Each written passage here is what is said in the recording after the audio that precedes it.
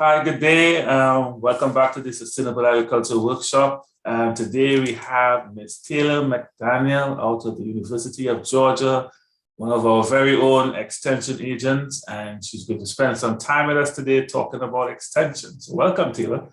Thank you. I'm glad to be here. Most definitely, we got to have you. So my first thing is, tell us a little bit about yourself. Tell us a little bit, about your background and experience. Yeah, so my name is Taylor McDaniel, and I'm the Agriculture and Natural Resource Agent in Randolph and Clay counties, but I also service Quitman County as needed. I have my bachelor's degree in political science from UGA with a minor in agribusiness and management, and I just recently graduated in December with my master's degree in agribusiness. I'm from a small farm town in North Carolina, so I think that really influenced my career choices in going into agriculture. I always knew I wanted to help farmers, especially like the farmers back home. And I thought the only way to do that was through policy, as you can tell with my political science background. But after an extension internship over the summer, I realized that extension was a more hands-on way of helping the farmers where you can really see your impact in the real time. But you also do get to play a little bit of role in local and state politics. So it's a nice little mix. And I kind of got the best of both worlds in a sense. Oh, that's good. That's great. That's great. So let me ask you, give our audience a little bit, like, what do you do at Extension in UGA, like some of your functions and what you have done and your experiences? Yeah, so I just started this job February 1st, but I hit the ground running. As an agriculture and natural resource agent, it's my job to create kind of proactive and reactive agricultural based programming catered to the needs of the farmers and the homeowners in the 3 counties that I work in.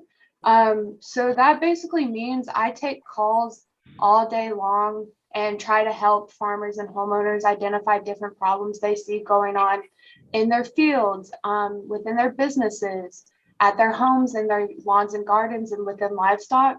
So every day is really different. I don't have a set schedule by any means. One day I could be in like a cotton and cornfield trying to figure out what disease is going on, trying to find different pests and bugs in the field. And then the next day I could be doing something totally different, like going to a homeowner's house and taking well water samples.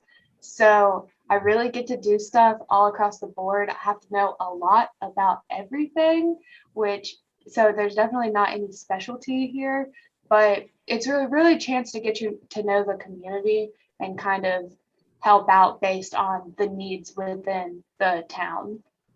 Oh, great. So it sounds like you wear many hats in the agriculture world here.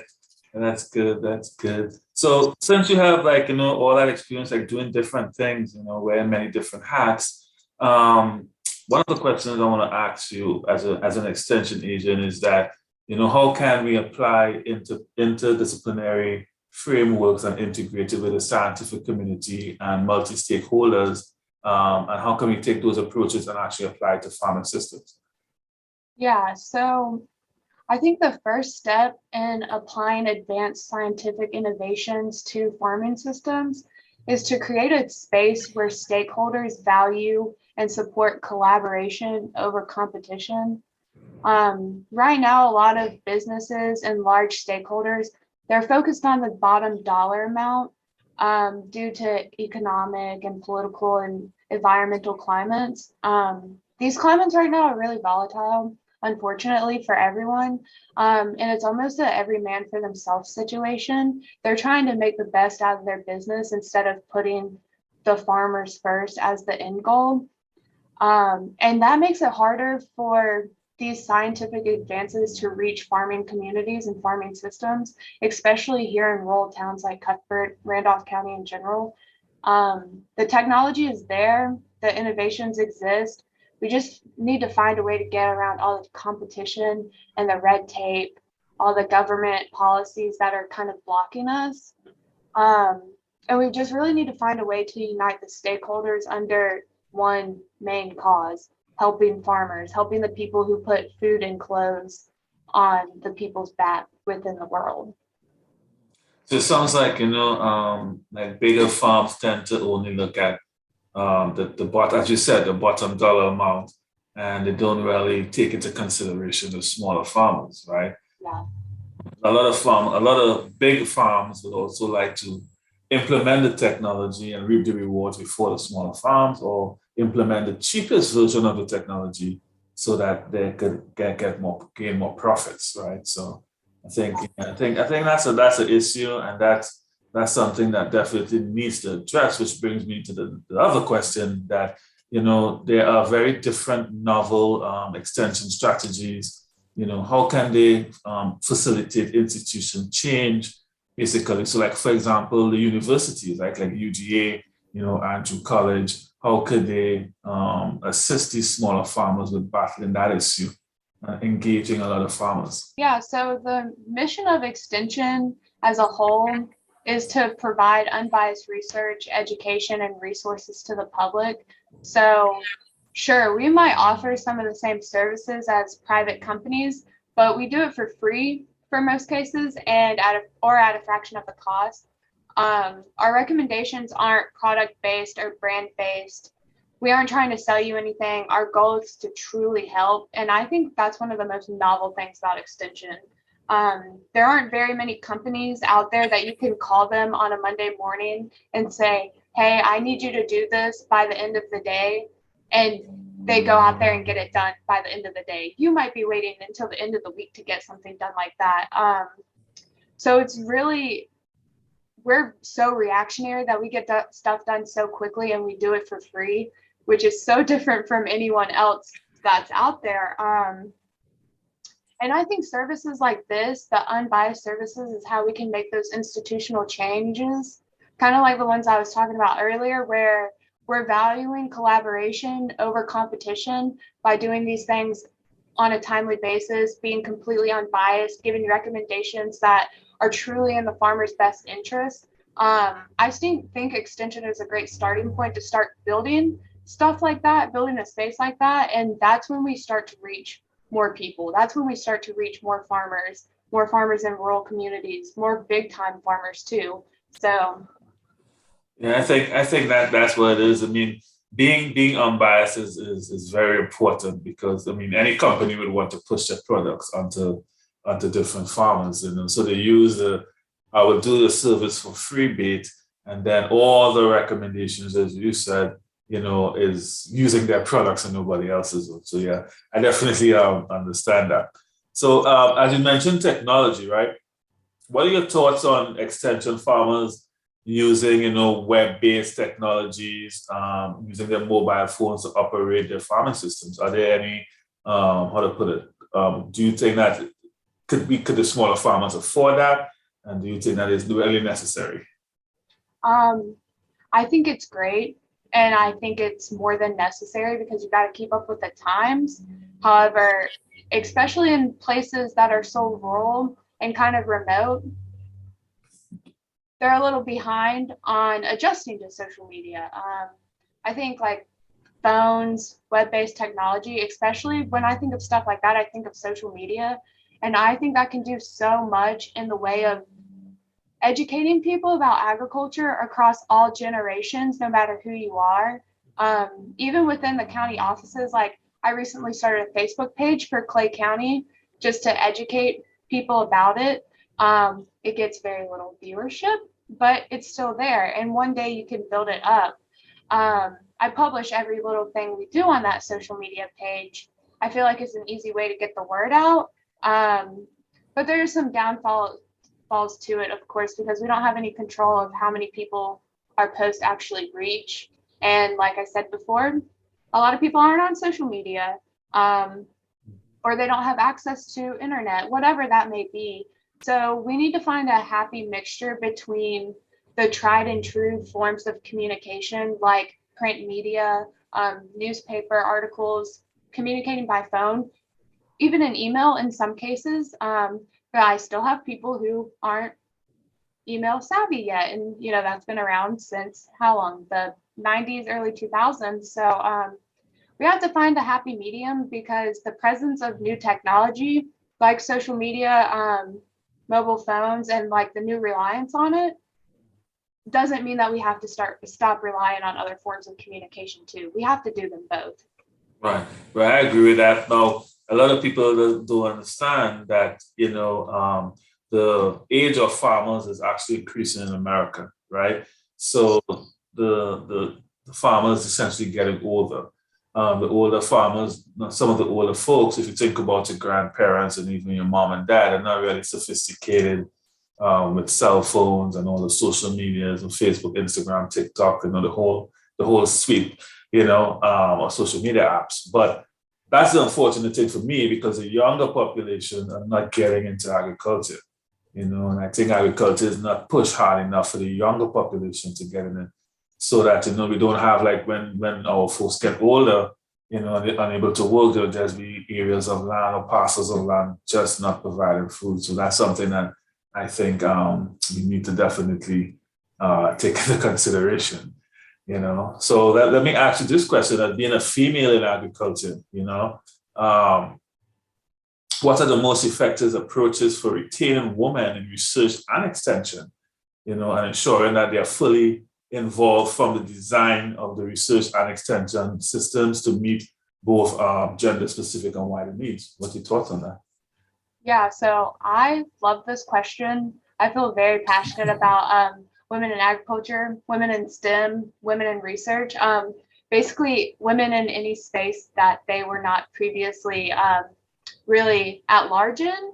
Mhm. Something really special about extension, though, that a lot of people don't realize is women are flocking to this field. A good portion of our leadership from the very top, our dean, our president of extension, they're all female. And that trickles down to our district offices and even within our county offices. Every single office I work in is 100% female ran. That's really special. 15 to 20 years ago, a female ag agent would be really hard to come by, but now we're more evenly represented all across the state, even. And we're more widely accepted in this field. People are starting to change their mindset that women can do this job and women can fill those boots on the ground. Retaining females in these roles are really important. And I think that will continue as long as we have both male and female leaders who support stuff like this and who are real champions and like women in agriculture.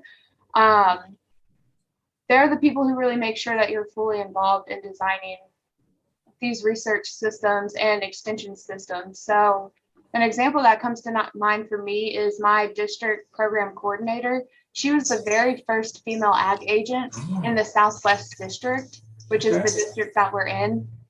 That was in the 90s. That wasn't really that long ago. She's a true trailblazer in my eyes, and she kind of knows firsthand the struggles that come along living down in the southwest part of Georgia. She knows that it can be a little bit harder to do the job in some places, but she fights every day for us to have equal representation within the district because she knows how hard it is. And we're starting to see that more and more within the field, which I think is really important. So hopefully we don't regress in that sense, but only time will tell. I think we're making leaps and bounds of improvement, though, in that sense. People still think agriculture and research and science is still male dominated. And I think it's starting to change, which is something to really be proud about. Oh yeah, I mean, I could speak for the USDA, where there are a lot of really really awesome USDA scientists doing very very big things, making extraordinary discoveries and stuff like that. So it is changing, and it is changing in the right direction, and I definitely agree with that.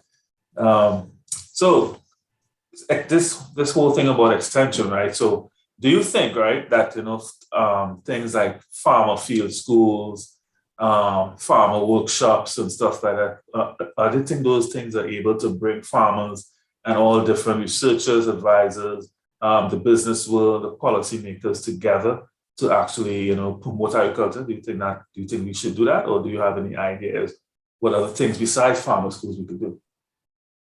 Yeah, so farmers are already doing that kind of social learning, like think learn. One farmer sees the problem in his field. he calls his buddy down the road to see if it's going on in his field too. They both pick up the phone and say, let's call the extension agent and get to talking about that. So I think group learning can be really important for farmers in that way, because they are a really social bunch, and it is such a tight-knit community that they don't want to see problems on anyone's farm, even if they're competitors and they're growing the same commodity. Right. It's a family, really. It's tight-knit. This might not be the best example, but something we do in extension is we have production meetings every year for the major commodities before their growing season starts.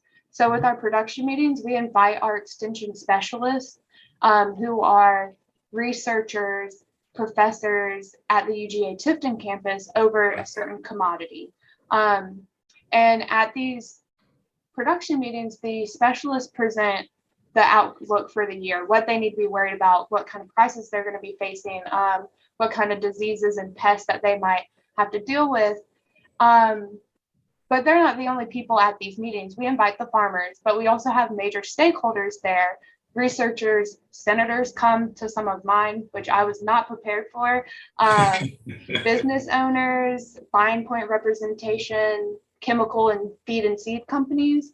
They're all in attendance to these meetings. And the production meetings are a good chance for the farmers to ask questions to the specialists, but it's also a good chance for the stakeholders to kind of hear what questions they're asking, see what concerns that they have, even if it's not a very nice concern pointed towards a certain company. But that's a way that they'll hear it and they can fix it on their end, because they hear it kind of in a casual setting instead of something very formal, like a formal complaint. So they say, oh, this is what my customers are dealing with, so this is how we're going to try to fix it within the next year. So I just think that is really important, the kind of like social learning, to be able to ask questions almost like in a town hall style. And even if the farmers don't know that these company representatives or senators or people like that are there, they'll ask more questions that way by not knowing that they're there. So it really just kind of promotes like a really informal conversation to go on. Right. So it helps with identifying all the issues within the county without being ugly about it, in a sense. Right. Like stepping on anyone's toes. Yeah. Yeah, I think that's really important, putting everybody together under the same roof, because sometimes, the policymakers are not aware of what the problems the farmer has on the ground, and things like that. Some of the companies not aware of what happens to the farmer. And then too, some of the companies that go to those meetings, they generate research ideas because they'll be able to help solve a producer or farmer's problem, and they're able to carry on a research trial on their farm and things like that. So yeah, because I always believe, even my entire career, I always believe that research must be geared towards the farmer and solving the farmer problems.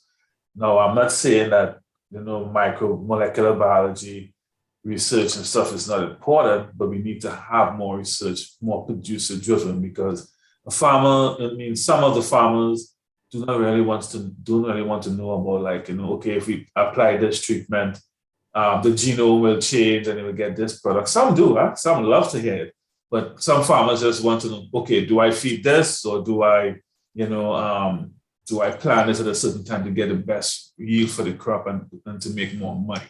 So that's very important, that all the research, in my opinion, must be extension and producer driven. Yeah. So I'm sorry. That's why everything we do, it starts with a needs assessment too.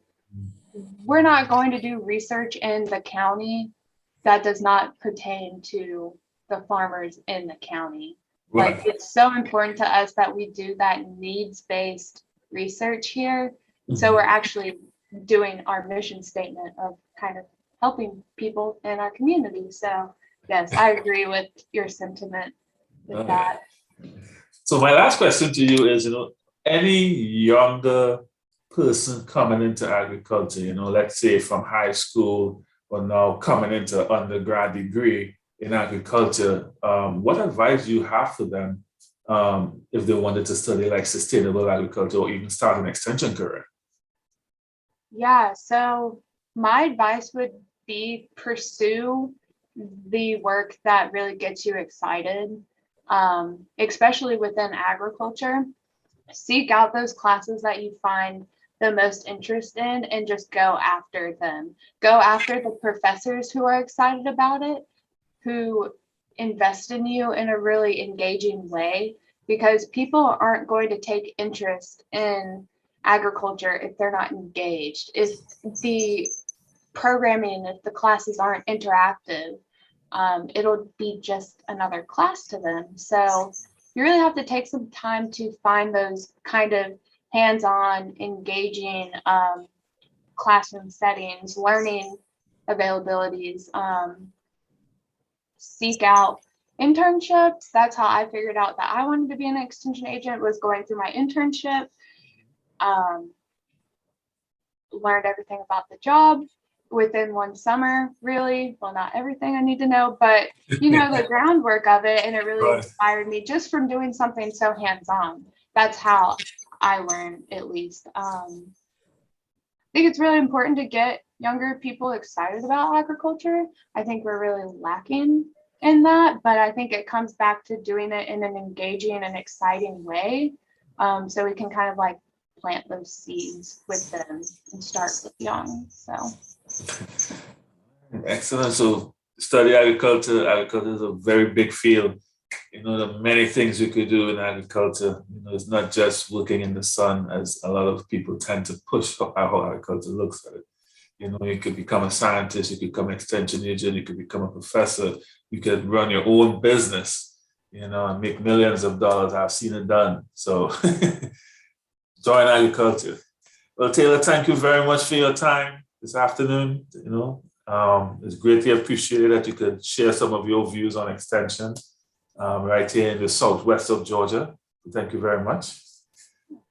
And I will see you probably at an agriculture meeting. thank you. All right. No problem. Bye-bye.